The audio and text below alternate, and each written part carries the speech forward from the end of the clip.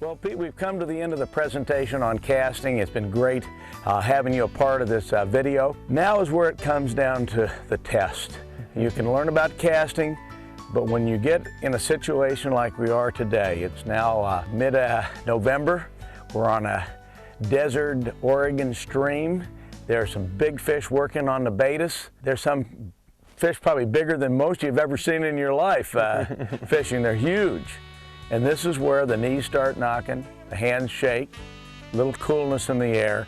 This is the test of how well you learn to cast. And this is where the casting really becomes important. It really does. This is where all the practicing gives you an advantage because you're not nervous, you're not thinking about the casting as much. You're thinking about good presentation to the fish, and you're thinking about how you're going to approach the fish and all that stuff too. I noticed that you've gone light.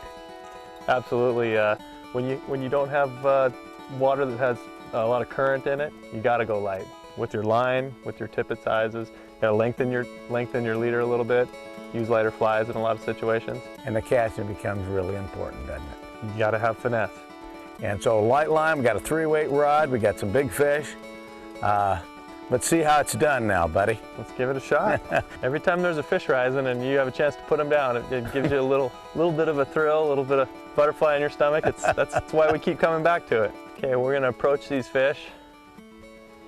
You could get down even on your knees, can't you? Measure our line off. You can see they're coming up, taking these betas. And you can, if you have a good place, you can get down on your knees. Got kind of a little bit of deep water here, but I'm gonna try. There we go. Lower your profile. Test your cast. Get my line out there below where the fish are just to make sure. That looks like about right over there, so make sure we don't have anything on it. You always have to deal with weeds. I'm gonna do that Belgian cast that we talked about. Yeah, you got a little bit of willows behind you. I do. I gotta make sure and shoot that cast up high. I'm going right through some of the fish here. And it's pretty shallow, so always check. When you see that fly go down, if you're fishing a dry dropper, you gotta check. Absolutely. If it's a fish, you're on it, you're setting them. So there we go, we're working with weeds. This is something that you gotta get used to. You know, it doesn't hurt to have a buddy help you. When you use small streams, you can have somebody spot for you, something we do a lot of in Spring Creek. Figure out my distance again. The longer leader can allow you to cast over these fish. And I'm gonna go right back in because it's tough here. Let's see. And that nymp's just hanging right underneath the dry. Nothing on that one? Yep, might be a little long on that. I might have to readjust this. Yeah, a little long. So what I'm gonna do is I'm gonna readjust my dropper nib so that it's the right length.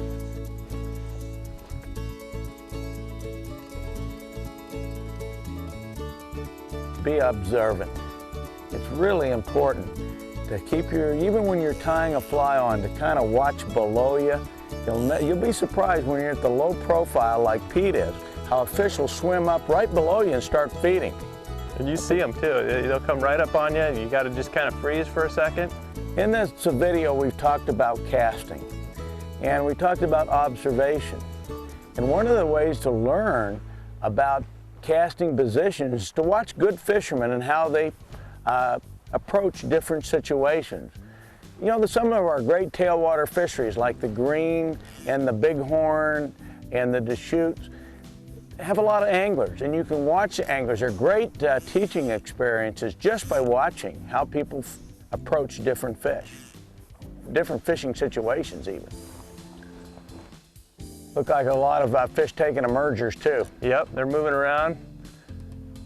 And here we are in such, not all the pros get the fish every time, do they? Grabbed it, and I missed him, and now I got a little weeds on there again. Yep, always a good time to check for wind knots when you bring it in. Run your hand down the leader. Take a little visible look, it looks good. I got these weeds behind me, the brush, the willows that make it tough, so I got to stay up over the top, no sidearm. Let's see what we got here.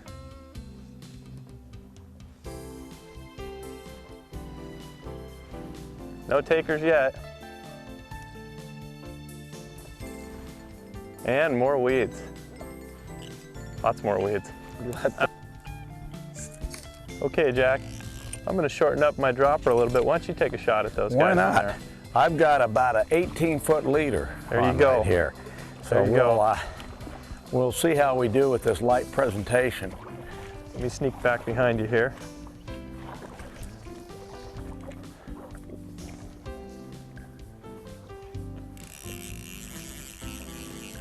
Ooh, there's one right there by that tree. Couple Yeah. of them. See him coming up and sipping. Yep. One of the things when you're using these longer leaders is that you have to open and make a deeper loop.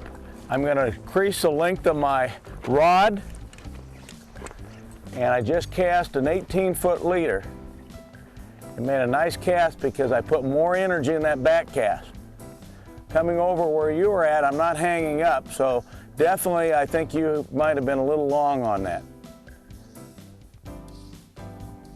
So far, Pete, they're not interested in mine.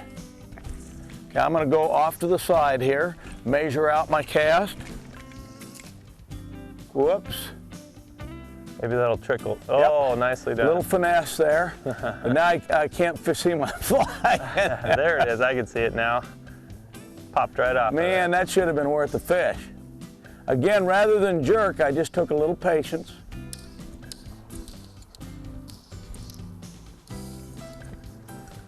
And just kind of wait for a second. Now what I'll do is I'll bring my line down below me here just while I'm waiting. I'm ready to go. See if I can see a fish working. Now there's one that's right off that edge of those little rocks right there. Just got his nose kind of out of the water right there. I'm going to be a little to the left. Yeah, I can see him. Yep, but you know what? I'm going to let that fly. Oops! Oh! Refused it. Yeah, he pushed it a little bit with his Yeah, nose. that was interesting, wasn't it? Yeah, he gave it a little push. Oh, but I lost the fly right then. You got to have you're going right over him. my nearly 60-year-old eyes are. Come back and grab that fish. Oh, I see it now. Yeah. Well, Yeah, he pushed that. He pushed that thing, and yeah, you got to set the fly when the fish puts his nose on it. I mean, it's pretty tough to leave it. well, I was lucky there. Now, you know what I'm going to look at? I want to see how my nymph is operating. Is it sinking well enough? Sometimes and I'm going to bring that just right up close to me. You want to see how your fly, just hit it down here and just see how it's good, how it's sinking.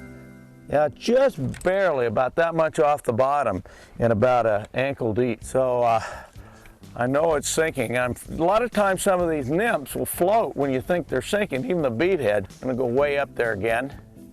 Again, I pull back on my rod to get the presentation. I better strip in some line here. Coming at you, yep. But see, it's swinging. My line's over here, it's swinging right over that. I would say we have to re-examine what we have for flies, because that's some pretty good presentations. Yep. And these fish are moving around too in here. Yep, but they don't seem to be too worried about us.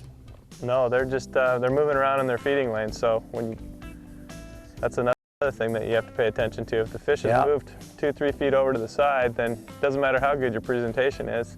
You need to pick it up and put it in front of him, because they've got a lot of food sources in here, and they can afford to be lazy. Boy, I just can't believe that one right there bulged up again. Yep, he moved back into place, didn't he? Yeah. Oh, come on over, buddy. Whoops, we got a tangle here, which can happen. Why don't you come on in? All right. I got to untangle, recheck everything.